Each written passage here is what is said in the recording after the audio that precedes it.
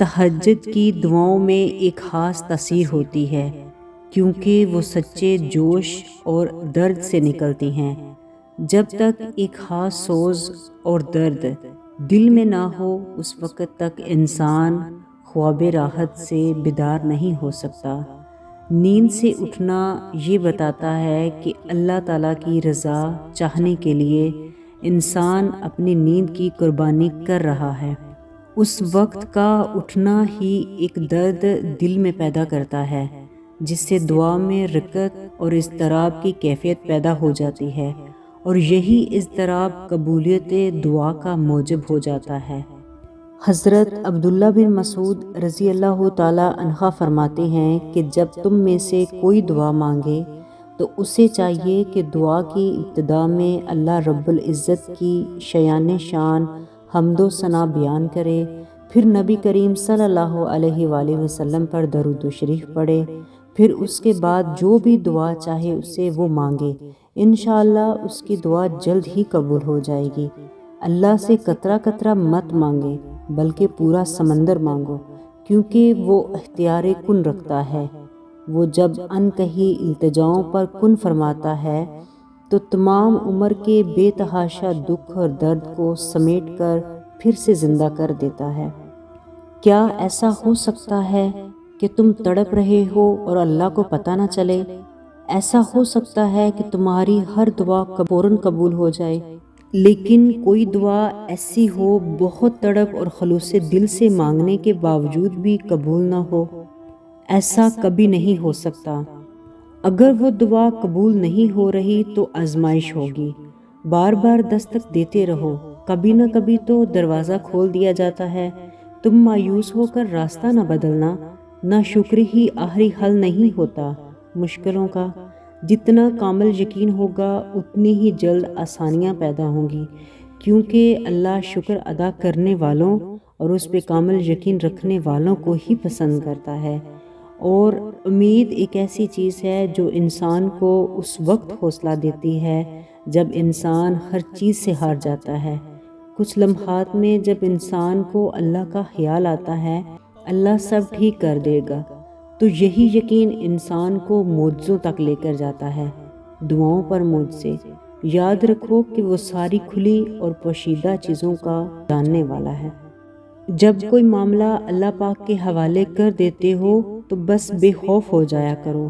جہاں اتنا صبر کیا ہے وہاں تھوڑا اور سہی، پھر دیکھنا جو تمہارے نصیب کا حصہ نہیں تھا وہ بھی تم تک پہنچ جائے گا۔ غم نہ کرو، اللہ پاک ہر لمحہ تمہارے ساتھ ہے۔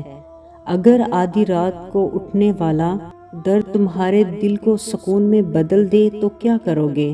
وہ تمہیں پرسکون نیند سے پہلے جگاتا ہے، پھر معجزوں سے تمہاری من پسند چیز تک تم کو لاتا ہے۔ تم سجدوں میں گرتے ہو اور وہ تمہیں اپنا بنا لیتا ہے۔ چند آنسوؤں سے ہی وہ تمہارے دل میں اپنے لیے محبت بھر دیتا ہے۔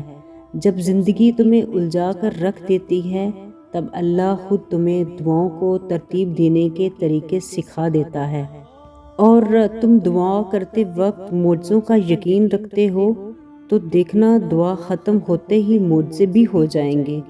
کن سے معجزے ہوتے ہیں اور کن دعاؤں سے ہے، اور دعائیں ان حقیقتوں کو بھی بدل سکتی ہیں جنہیں تمہارے مقدر میں تو لکھا جا چکا ہے لیکن تم بے خبر ہو۔ تم اس سے امید لگائے رکھو، وہ اس امید کو کبھی ٹوٹنے نہیں دے گا۔ تہجد کے سجدوں میں بہایا گیا ایک آنسو ساری زندگی بدل سکتا ہے۔ سچے دل سے مانگی گئی دعا نصیب کو پلٹ سکتی ہے۔ جب تمہارا دل تمہیں اس کے روبرو لے جائے تو وہ تمہیں تھام لیتا ہے۔ ہزاروں لوگوں میں اگر اس کا بندہ تکلیف سے جاگ رہا ہے تو اپنے بندے کو تڑپتا ہوا کیسے چھوڑ دے؟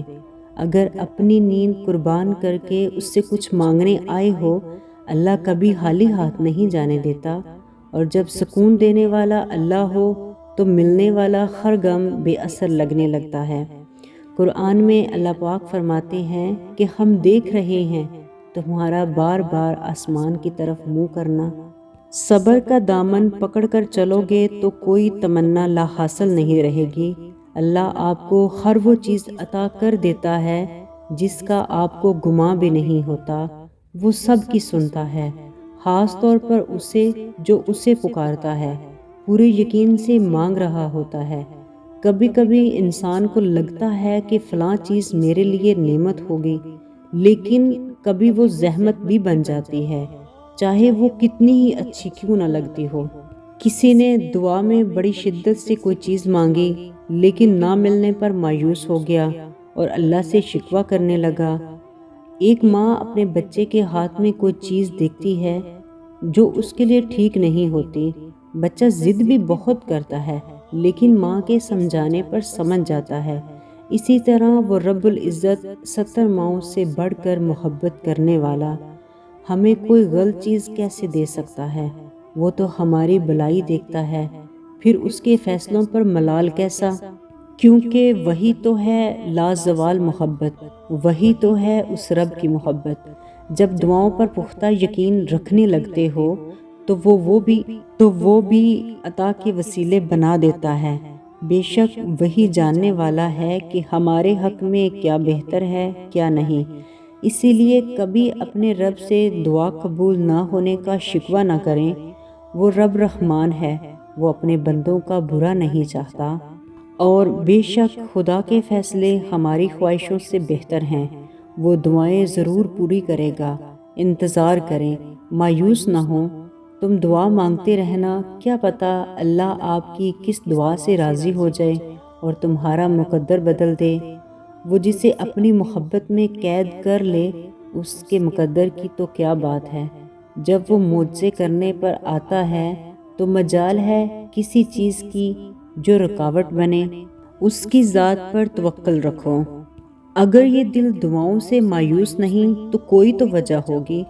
جسے دل چاہتا ہے اس رب کی اس میں رضا تو ہوگی۔